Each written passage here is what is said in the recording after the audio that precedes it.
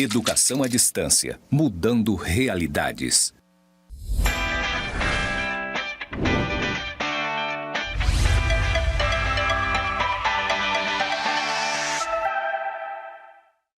Olá, tudo bem? Eu sou a professora Maraí Rodrigues, professora mestra em administração. Estou aqui com vocês novamente para a disciplina de organização, processos, tomada de decisão. E agora eu vou fazer a minha audiodescrição, ok? Então, eu sou mulher, sou branca, olhos claros, cabelos grisalhos. Estou usando uma blusa branca com detalhes verdes, uma calça preta e um sapato verde. Meu nome é Maraí, né? E aqui atrás de mim tem uma parede branca com as inscrições EAD, Mudando Realidades. Do lado direito de vocês temos a nossa intérprete de Libras, que vai estar traduzindo para vocês tudo que eu estiver falando aqui, tá certo? Bem, na aula de hoje nós vamos falar sobre estruturas organizacionais, então eu convido vocês a me acompanhar para a gente começar a aula de hoje, tá certo? Vou mostrar para vocês os objetivos dessa unidade. Então, ao final dessa unidade, eu espero que você consiga diferenciar o que é uma estrutura formal de uma estrutura informal. E vamos falar também sobre os tipos de estrutura. Eu quero também que vocês saibam reconhecer os princípios de um estudo do arranjo físico, que seria nosso layout organizacional. E ainda também quero que vocês aprendam a classificar um arranjo administrativo. Nós vamos falar sobre as ferramentas, elaboração e tipos de arranjos administrativos, tá certo? Muito bem. Então vamos em frente. Uma estrutura, ela pode ser formal ou informal. O que é uma estrutura formal? Uma estrutura formal são estruturas com atividades planejadas, elas estão formalmente representadas, têm órgãos, cargos, relações funcionais, níveis hierárquicos, etc. Ou seja, são aquelas estruturas que realmente elas estão registradas. Tem registro na junta comercial, elas têm CPF, né? Elas têm toda uma estrutura de funcionamento, precisa tirar a BITSE, né? É uma estrutura que ela é reconhecida pela sociedade, né? Pelos cidadãos como um todo, como uma estrutura registrada, tá certo? E agora vamos ver o que é estrutura informal. Uma estrutura informal, ela não está ligada à questão de ser uma organização planejada, reconhecida no órgão. Ela está mais ligada com relação aos relacionamentos das pessoas. Ela é informal no sentido de como as pessoas se comportam, está mais ligada ao comportamento das pessoas e a uma interação voluntária. Mas assim, como assim, professora? Ela pode existir dentro de uma organização formal? Sim. Então, por exemplo, muitas vezes você tem um departamento, aí tem o diretor do departamento, certo? Ele é aquele líder formal, ele que vai coordenar e se responsabilizar pelas coisas do departamento. Mas existem certas pessoas que, embora não ocupem cargos, digamos, de liderança, mas elas são líderes natos, sabe? Aquelas pessoas que mobilizam os outros, aquelas pessoas que são comunicativas, que passam a comunicação adiante. Então, essa estrutura informal está mais ligado a isso. Independente de cargo, independente de gratificação, são pessoas que interagem, que se relacionam com os outros, tá certo? Que se comunicam bastante. Então, essas pessoas, nós dizemos que elas possuem um certo nível de liderança, mas que é informal. É nesse sentido que a gente vai desenvolver o conceito de formal e informal aqui na nossa apresentação, tá certo? Então, vamos em frente. Bem, quais são os principais tipos de estrutura e as suas características? Quando a gente fala em tradicionais, estruturas tradicionais, são aquelas que têm um alto nível de formalização, né? Tem uma unidade de comando. Imagine uma instituição militar, por exemplo, né? É uma coisa mais formal, tem o comandante, tem os superiores, é nesse sentido. A especialização é elevada, né? As pessoas que trabalham lá, elas são altamente especialistas no que elas fazem. A comunicação vem de cima para baixo, né? Ela é vertical nesse sentido, e a forma de departamentalização é mais tradicional, né? As coisas funcionam de forma muito tradicional, tanto na sua estrutura, na forma de distribuir as coisas, como também na forma de comunicação, né? Isso é uma organização tradicional. Organizações inovativas, por outro lado, elas são mais descoladas, né? Elas têm um nível de formalização bem baixo, nível baixo. Ou seja, ela é bem informal, né? Elas podem possuir formas avançadas de departamentalização, outras formas, outras maneiras de departamentalizar os ambientes, né? Ela tem uma multiplicidade de comando, ou seja, um líder para cada projeto que está sendo desenvolvido. Ela tem uma diversificação elevada, um jeitão de ser bem diversificado. Ela não segue nenhum padrão, uma uniformização, não.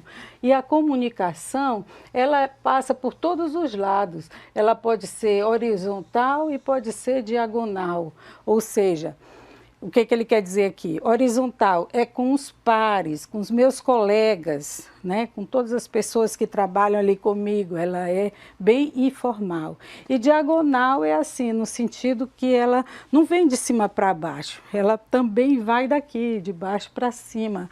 É uma comunicação que flui. Nós estamos exemplificando. Não estou dizendo que uma é melhor do que a outra, de jeito nenhum. Dependendo do tipo de organização, a sua estrutura vai ser bem caracterizada, né? Imaginem, por exemplo, uma instituição, uma organização, onde são feitos design, produção, de criação de material, alto fluxo de informação, precisa de inovação, de novidade. Então, seria mais adequado que essa instituição, que esse local tivesse esse tipo de estrutura inovativa, sem muita formalidade, para que a comunicação flua mais rapidamente. As pessoas aprendem umas com as outras, elas trocam ideias, tá certo? E existem também organizações que são uma estrutura específica, né? Pode ser uma estrutura invertida, né? Ou seja, a formalidade ela pode ir de baixo para cima, se for necessário. Por exemplo, peritos, né? Precisa de um trabalho de um especialista altamente qualificado. Então, o serviço é muito personalizado, não dá para ter alguém mandando, dizendo o que ele tem que fazer. É ele que vai saber o que precisa ser feito, é ele que vai analisar a situação para estudar, para achar o resultado, né? Um perito criminal, por exemplo, ele precisa dar os pulos dele para investigar, por exemplo, quem causou o acidente, qual era a velocidade que aquele veículo estava dirigindo quando bateu no outro, né? Determinar muitas vezes quem causou e tudo mais. Então, é uma coisa muito especializada, não dá para ninguém dizer o que ele tem que fazer. Ele vai observar a situação e depois vai dizer o que aconteceu, vai relatar conforme as evidências que encontrou, né? O profissional dessa área ele tem bastante autonomia para resolver o que precisa ser feito.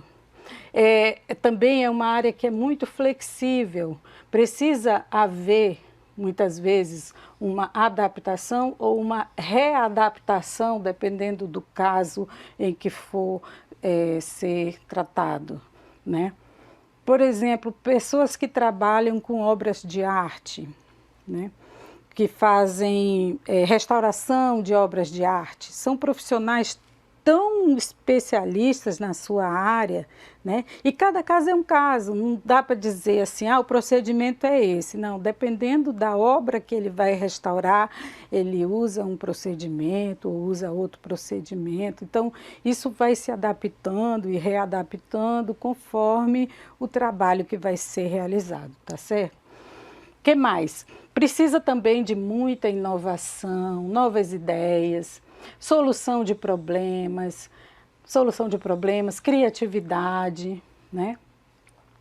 E tem também um termo novo aqui que apareceu, que é o hipertexto. É uma interação social, é a troca de informação, de conhecimento, que pode ser tácito ou explícito. Ou seja, conhecimento explícito é quando está ali nos livros, todo mundo lê, todo mundo tem acesso, todo mundo pode resolver, fazer, é só ler no livro e fazer. Agora, o conhecimento tácito não, é um conhecimento em que a pessoa adquire com o tempo, com o seu trabalho, com a sua expertise.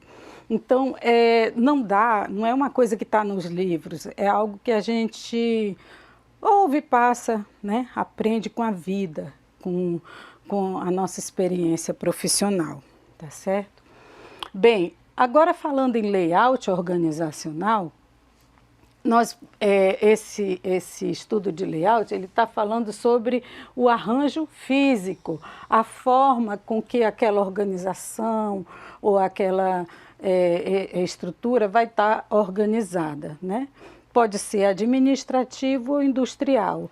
Aqui, por exemplo, a gente tem nichos, né, onde as pessoas vão ficar trabalhando, cada uma na sua mesinha, né? Tem aqui um grupo que está um nicho mais pertinho, eles podem trocar ideias mais facilmente. Isso aqui é o tipo mais comum que a gente vê de arranjos, né? Que pode ser administrativo ou industrial. O linear que a gente comentou na aula anterior é justamente essa sequência, né, de linha mesmo. Do A passa para o B, do B passa para o C, do C passa para o D, ou seja, são várias unidades em que o trabalho vai passar. Não existe a possibilidade de passar daqui direto para cá. Não. Não pode fazer isso, tá? Opa, deixa eu voltar aqui. Na verdade, e precisa haver todo esse caminho, do A para o B, depois do B para o C, depois do C para o D, que é para a coisa fluir, para dar certo, para funcionar legal, como tem que ser. Quantas unidades forem necessárias até a finalização da atividade. Existem também layouts que são conjugados, está vendo? São várias linhas antes de chegar no final, ou seja, no departamento A, eu tenho que primeiro passar pelo A1, A2 e A3. Eles estão no mesmo departamento, mas eles precisam passar por cada um desses até ir para o B. No B, eu só tenho o B1, pronto, resolveu. Aí do B, vou para o C. O C já é mais complexo porque ele tem dois C1, tá vendo? Tem esse C1 daqui e tem esse outro C1. Só que esse aqui, ele precisa ir para o C2, depois para o C3, até que ele vai para o D, né? Ou seja, ele é conjugado, ele é linear, mas também é combinado com outras linhas. Cada departamento tem as suas próprias linhas e depois que ele sai do departamento, aí ele vai para a linha geral da organização até finalizar. Tá certo? Então, cada caso é um caso, gente. Isso aqui é só para a gente ter uma ideia de como que o trabalho pode fluir diferente em cada organização e também que a gente tem que ter ideia de que a forma que a gente distribui, literalmente, as mesas, as pessoas, as cadeiras, né? Isso também ajuda o trabalho a fluir, a ganhar mais liberdade, né, de ação, de movimento, do que ter que estar aí voltando. Já pensou se aqui no dele tivesse, não, eu preciso voltar aqui porque preciso de algo que tem aqui.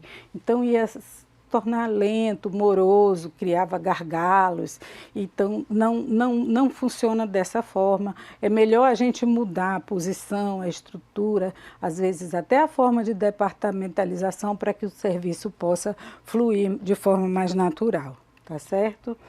Esse outro é conjugado em U, né? A gente vê que a atividade principal é em forma de U, né?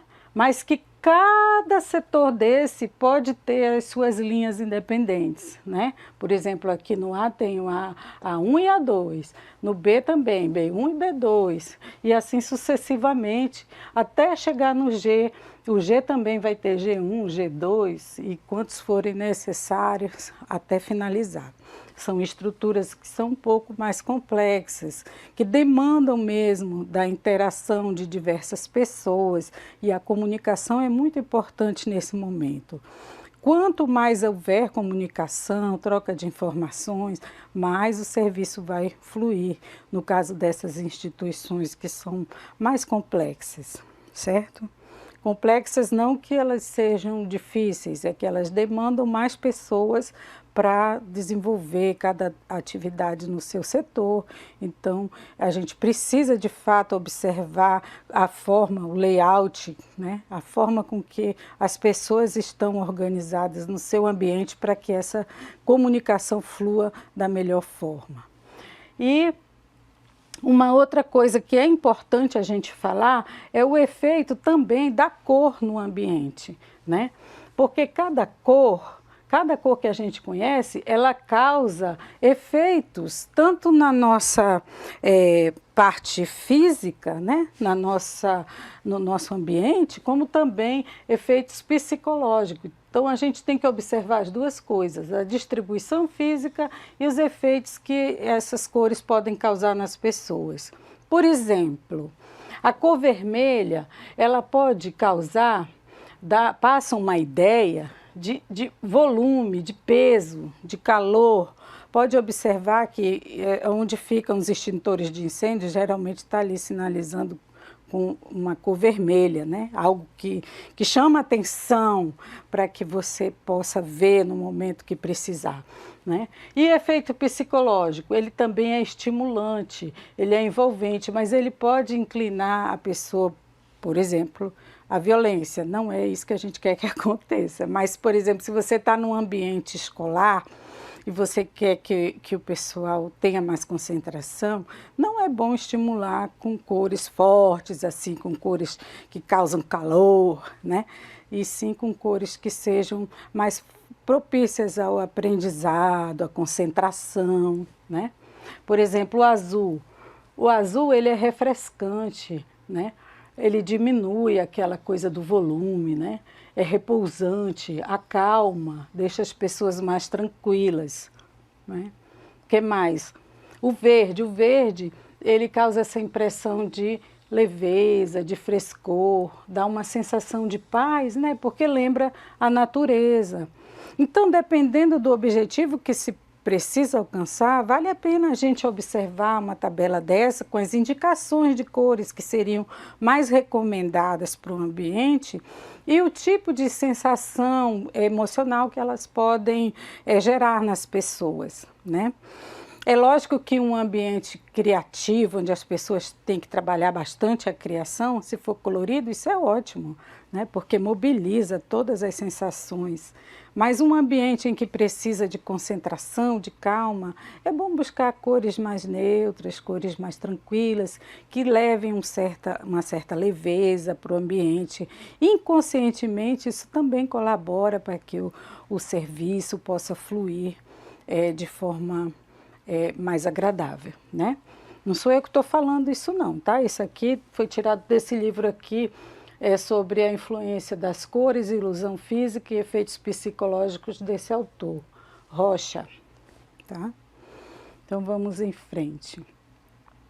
Ainda falando em arranjo administrativo, vocês já devem ter visto em algum momento, em algum local, essa ferramenta, né? Que é o organograma de uma determinada organização. Então, só colocando de uma forma visual isso que a gente vinha falando, né? Imagina vocês que aqui é a presidência, essa parte aqui de cima é como se fosse a presidência de um determinado órgão, a assessoria, que é o staff, que a gente falou lá no início da primeira aula, os departamentos, vamos imaginar que se fosse aqui o nosso IFRO seria o ensino, a pesquisa, a produção de EAD, né? Então, cada departamento tem as suas seções ou as suas coordenações, né? E alguns até poderiam ter, imagina, o departamento de ensino tem o DAP, tem o pessoal da biblioteca, tem o departamento de apoio aos estudantes, né? Tem o departamento onde ficam os professores. Então, isso vai depender de cada organização. Cada organização vai saber qual é a estrutura que melhor atende para que seu serviço flua, tá certo? Existem especialistas na área que podem auxiliar também. Mas você pode buscar muita informação nos livros que a gente disponibilizou para vocês, né, na minha biblioteca.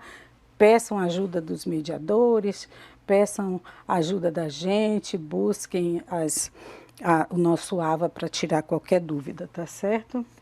Bem, arranjo administrativo, ainda a gente precisa falar um pouquinho sobre as ferramentas, a elaboração e os tipos. Esse fluxograma que nós mostramos agora, ele é uma representação gráfica que apresenta a sequência de um trabalho de uma forma analítica, caracterizando as operações, os responsáveis ou as unidades que vão realizar essas atividades, tá? A outra coisa com relação aos tipos, nós temos estruturas, organizações de base mecanicista, que é mais burocrática, né, centralizadora e hierárquica, e temos também estruturas que são mais orgânicas, elas são mais flexíveis, a divisão do trabalho é diferente, o ambiente é mais dinâmico.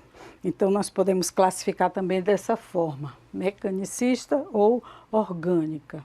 E levando-se em conta também o micro e o macro ambiente, onde essas organizações estão situadas, né? O que seria o macro ambiente, professora? Seriam as questões institucionais, econômicas, demográficas, né? Questões ecológicas que estão fora da noção, fora do controle das organizações. São coisas que influenciam na gente, nas organizações, mas que a gente não tem condição de resolver porque estão fora da nossa governabilidade, né? Questões econômicas, questões climáticas, são coisas que acontecem, que influem aqui dentro, mas a gente não tem como controlar, né? Agora, no microambiente, é aquilo que está dentro da nossa organização, que está dentro da nossa área de controle, é aquilo que a gente consegue controlar, né? Ou pelo menos influenciar, que no caso são os consumidores, uma instituição pública, a gente diria que são os cidadãos, né? A comunidade em geral, os fornecedores, os concorrentes e as instituições regulamentadoras, né? Por exemplo, existem instituições que regulamentam o nosso trabalho, dependendo por exemplo, o pessoal da saúde tem a Anvisa, né? O pessoal da energia elétrica tem a ANEEL. Então, são instituições que nos ajudam, né, a coordenar nosso trabalho, a regulamentar as nossas ações, porque nós precisamos atender a essas questões. Muito bem. Essas são as nossas referências principais, né? Vocês podem consultar, como eu falei, no AVA ou na minha biblioteca do SUAP, né?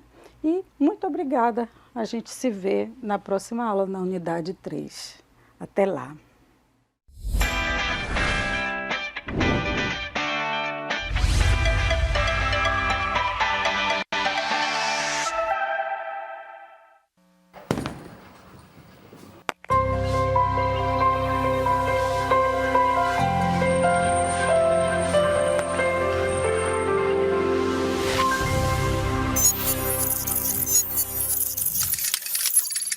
Educação à distância, mudando realidades.